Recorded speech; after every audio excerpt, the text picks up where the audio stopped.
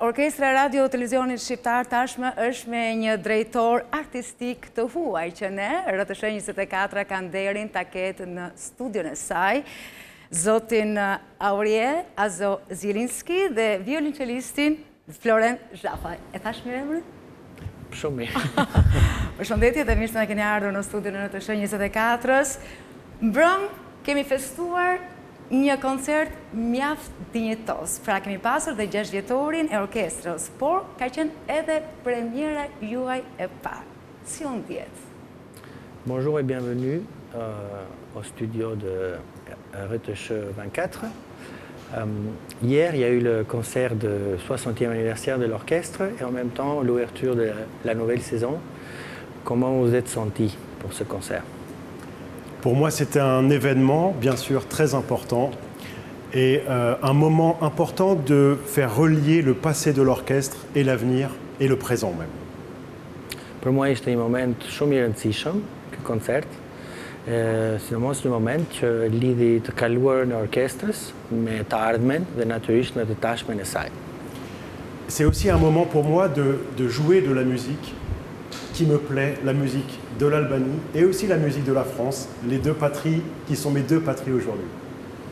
Ishte edhe një mundësi për mua që të luaja muzikë që mua më pëlqen vërtet, interpretoja me orkestrën, muzikë shqiptare që më pëlqen tani që po e zbuloj, dhe muzikën e franceze që është muzika e vendit tim, po tani duhet I bëj të dyja mbasi edhe këtu jam në vendin tim të dytë. Drejtori I parë artistik I huaj I një institucioni 60 vjeçar, e ri pra përgjithësi. Le premier directeur artistique qui vient de notre pays, dans notre orchestre, dans une institution qui a 60 ans. Est-ce que c'est plus de responsabilité pour vous? C'est une grande responsabilité et c'est aussi un grand honneur d'être le premier. Et justement, je souhaite vraiment pouvoir transmettre toute la musique que j'ai, évidemment à l'orchestre, mais aussi à l'ensemble de l'Albanie. Natyrisht që është një përgjegjësi shumë e madhe për mua, por edhe një nder shumë I madh, edhe kam shumë dëshirë që të shpreh muzikën që pëlqej, muzikën që kam brenda, me orkestrën time, por edhe me publikun e gjerë shqiptar, pra që të ndaj me sa më shumë njerëz në Shqipëri. Floren, pse është vlerë e shtuar ardhja e Aurien në krye të orkestrës Radio Televizionit Shqiptar? Si mendoni? Faleminderit për pyetjen. Për mua është një vlerë e shtuar, mbasi është një dirigjent me shumë eksperiencë, dhe kjo është një gjë shumë e rëndësishme në drejtim, sidomos në dirigim. Pasi, të themi drejtën, muzikantët interpretues kanë shumë mundësi të shprehen në skenë, pianist, violoncellist, violinist, por dirigjenti ka shumë dirigjent dhe shumë prej tyre nuk kanë shumë mundësi të shprehen në skenë, pasi duhet ke një orkestër të tërë përpara si instrument, dhe jo një vetëm vegël muzikore. Ndaj ka shumë dirigjent, por pak dirigjent në karrierë që interpretojnë dhe që kanë përgjegjësira në orkestër. Dhe Aureliani është një dirigjent me karrierë të mirë njohur. Unë mendoj se është shumë pozitive dhe vazhdimësia e tij dhe në 2 institucionet e tjera, një në orkestrën ku është dirigjenti asociuar Orkestra Kombëtare e Bretanjës, që është një orkestër kombëtare në Francë, dhe Konservatori I Lozanës në Zvicër ku ai jep mësim, që është përsëri një institucion mjaft prestigjioz, dhe kombinimi I këtyre gjërave sjell edhe më tepër eksperiencë, edhe më tepër lishmëri për të, edhe më tepër mirëkuptim edhe nga muzikantët. Mendoj se ishte edhe momenti që në Shqipëri të hapeshim edhe ne ndaj botës europiane kulturore, ashtu siç bota është hapur me ne në këto vite. Shumë artistë të mëdhenj shqiptar në fushën e muzikës klasike jetojnë dhe punojnë në New York, në Berlin, në Milano, në Paris, në Londër, dhe me rezultate vërtet shumë të mira. Edhe erdhi dhe momenti që ne të marrim eksperiencën edhe nga shqiptarët që jetojnë jashtë dhe nga të huajt, natyrisht. Drejt. Floren, ti ke luajtur shpesh me orkestrën e Radio Televizionit Shqiptar. Mendon që ka ende resurse të pashfrytzuar orkestra jonë? Po, natyrisht. Orkestra e Televizionit Shqiptar është orkestra e gjithëve në Shqipëri, se është e vetmja orkestrë simfonike në Shqipëri. Kështu që është krenari për institucionin e Radio Televizionit Shqiptar, por është edhe për të gjithë vendin orkestra simfonike. Mendoj se ka akoma shumë repertor për të zbuluar, mendoj se ka shumë projekte për të ndjekur, për të realizuar, si që janë regjistrimet, rimeren regjistrimet e orkestrës që janë bërë në për vite, janë vula e orkestrës, regjistrimet e muzikës filmit, e muzikës simfonike, koncertet qytetet tjera, për lizet nga Tirana, projekte ndërkombëtare që të ketë njohje edhe në vendet e tjera, lidhja networku me institucionet e tjera, orkestrat e radio televizionit të tjera në botë, sepse çdo vend ka një orkestrë radio televizioni kombëtar, dhe është një rrjet artistik shumë i zgjeruar prej tyre. Është momenti që edhe ne të hyjmë në atë rrjet artistik dhe të kolaborojmë me orkestrat e radio televizionit shtetëror të Greqisë, Bullgarisë, Italisë, Spanjës, Francës apo orkestrat e radio televizionit në Gjermani, që janë disa.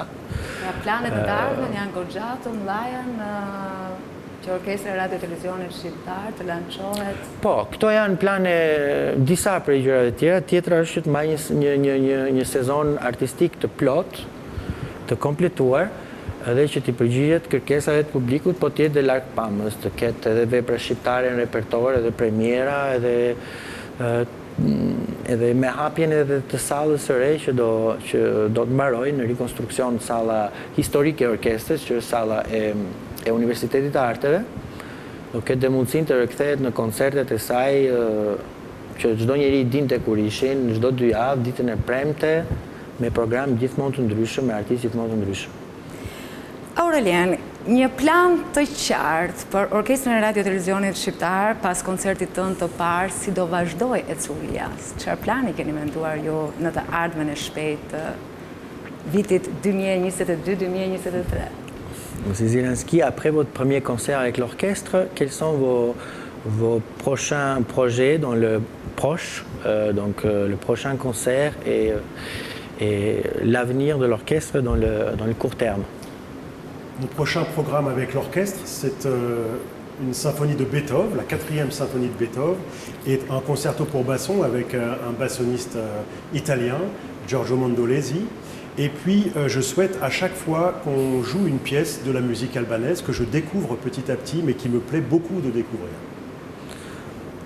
Projekti i ardhshëm së bashku, kur dirigjoj orkestrën, është me një simfoni të njohur të Beethoven, Sinfonia nr. 4, me një koncert që është për fagot dhe orkestër, me solist Giorgio Mondolesi, një fagotist shumë i njohur.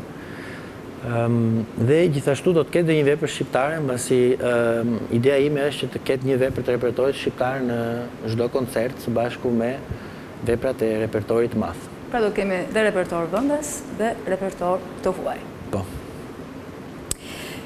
Sa i njihni ju muzikën klasike shqiptare kur erdhe dhe konkurruat për të qenë drejtor i orkestrës simfonike të Radio Televizionit Shqiptar?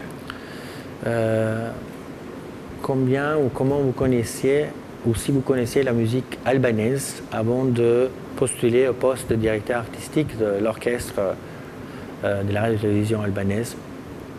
Alors, je connaissais un peu, puisque la première fois que je suis venu diriger l'orchestre, c'était il y a 7 ans, et à l'époque, j'avais déjà joué de la musique albanaise, donc je connaissais un peu ce répertoire, et je savais que l'orchestre, depuis l'histoire, depuis le début, était l'orchestre qui jouait toutes les musiques de films et qui enregistrait beaucoup de musique albanaise.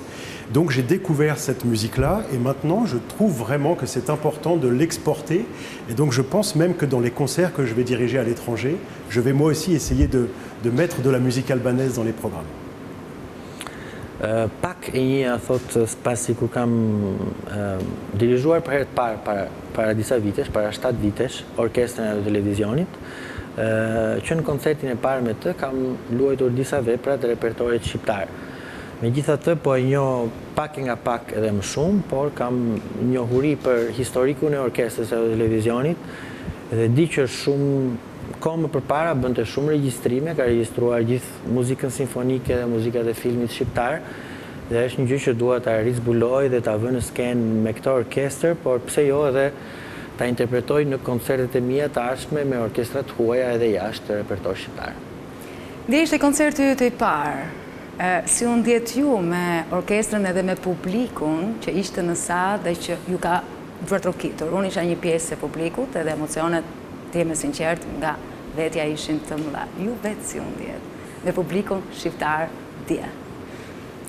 Hier, c'était votre premier concert en tant que directeur artistique de l'orchestre. Comment vous êtes senti vis-à-vis du public albanais et dans la salle?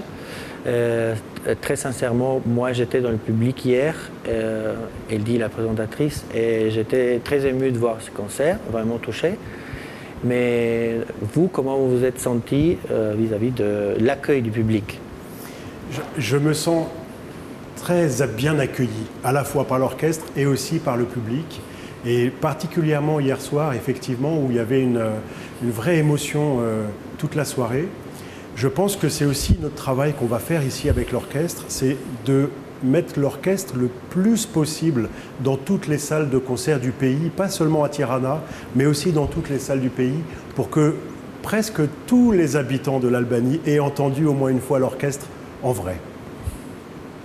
Ndihem mjaft I pritur mirë, si nga orkestra, si nga publiku shqiptar, ndihem shumë mirë në këtë vend dhe do bëjmë të mundur sa më shumë në kohë që orkestra të luajë në sa më shumë vende, të preki sa më shumë njerëz dhe publik, që edhe në qytetet e tjera dhe në salla dhe në konditat e tjera, që çdo njeri që është interesuar me artin ta ketë dëgjuar një herë orkestrën e televizionit shqiptar në të vërtetë në koncert live.